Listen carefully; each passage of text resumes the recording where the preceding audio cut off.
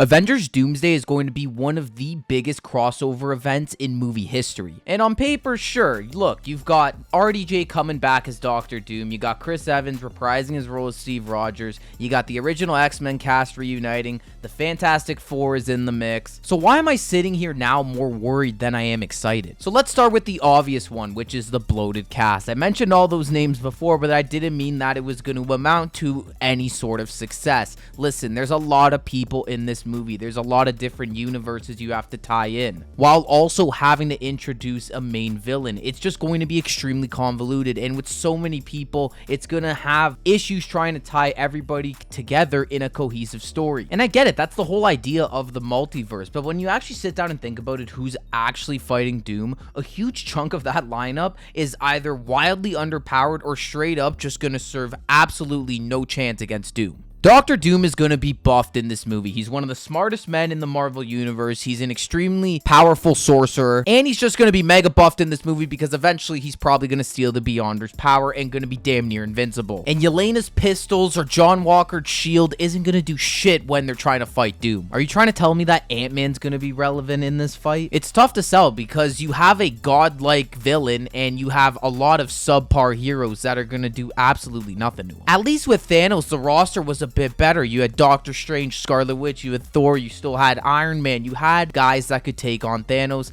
and the same lineup just isn't here. That's going to lead me nicely into another issue I have with the movie, which is just going to be nostalgia farming. You could totally see it in the trailers and in a lot of the leaks that we're getting coming out of this movie. This is purely to farm nostalgia, to farm entertainment, and to get people excited about the MCU again, and I don't mind that to an extent. It's fun once in a while, but Marvel's been milking this for a while now. They did it all the way back with No Way Home, and they're doing it again here because they really have nothing else to think of and no other ideas to throw at it. So they're bringing everybody back, and they're just going to shatter the multiverse and reset the timeline. Obviously, the lead head here in the nostalgia farming is RDJ coming back to the MCU. When he was announced to come back as Doctor Doom, everybody was losing their minds, and it got a lot of people excited about the MCU again. Listen, I think it could work. RDJ is a very talented actor, but Robert Downey Jr.'s return is not really about Doctor Doom being a great creative choice. It's about Marvel knowing that RDJ's name alone can sell tickets. Same with Chris Evans. The guy retired Steve Rogers. That arc was done. The story was complete. There was no need to bring him back. Marvel just wanted another nostalgia hit to paper over the fact that the current era of heroes aren't connecting with audiences the way the original Avengers did. Then you got the X-Men cast, which just feels like a weird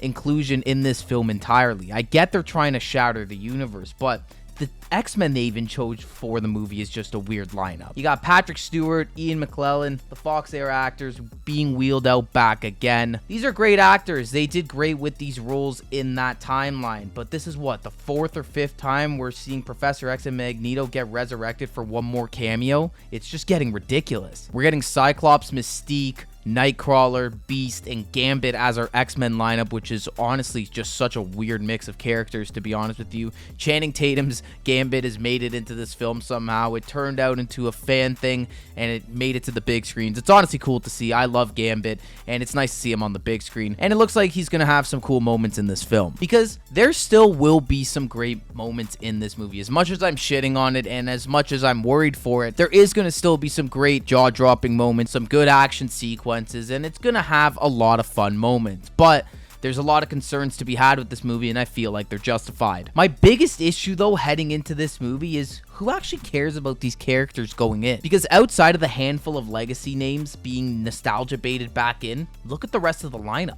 A lot of these characters are coming straight out of movies and shows that either bombed, got mixed reviews, or just didn't leave much of a mark. Thunderbolts didn't exactly set the box office on fire. Some of these newer heroes have had one Disney Plus show that half the fan base didn't even watch. Wakanda Forever was just terrible. These are just characters that Marvel are hoping you'll care about. Make no mistake, this is a make or break it movie for the MCU. This movie is costing them $700 million. It needs to get to $1 billion, honestly. It really does.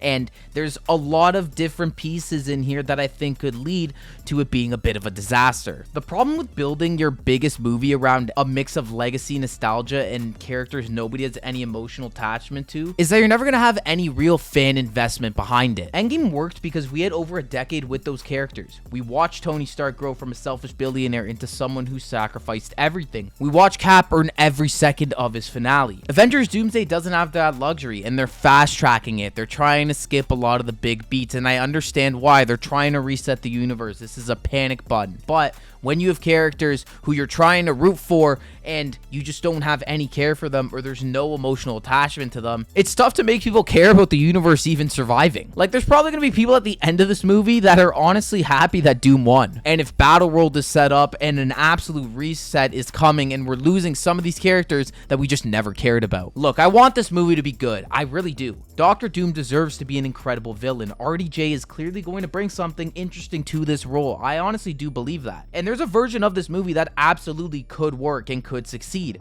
But right now, from everything we've seen, it's tough for me to come to that conclusion.